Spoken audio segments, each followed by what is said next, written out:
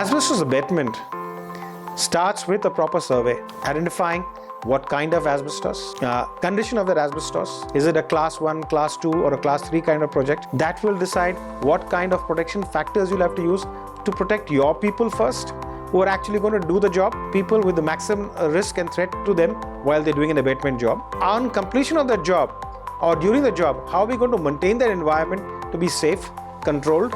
and at the end of the job, we need to give a clearance that there is no fiber left in the air, which is very important. And all the documentation to go by it, even after 15 years, if the litigation comes, your entire process has to be recorded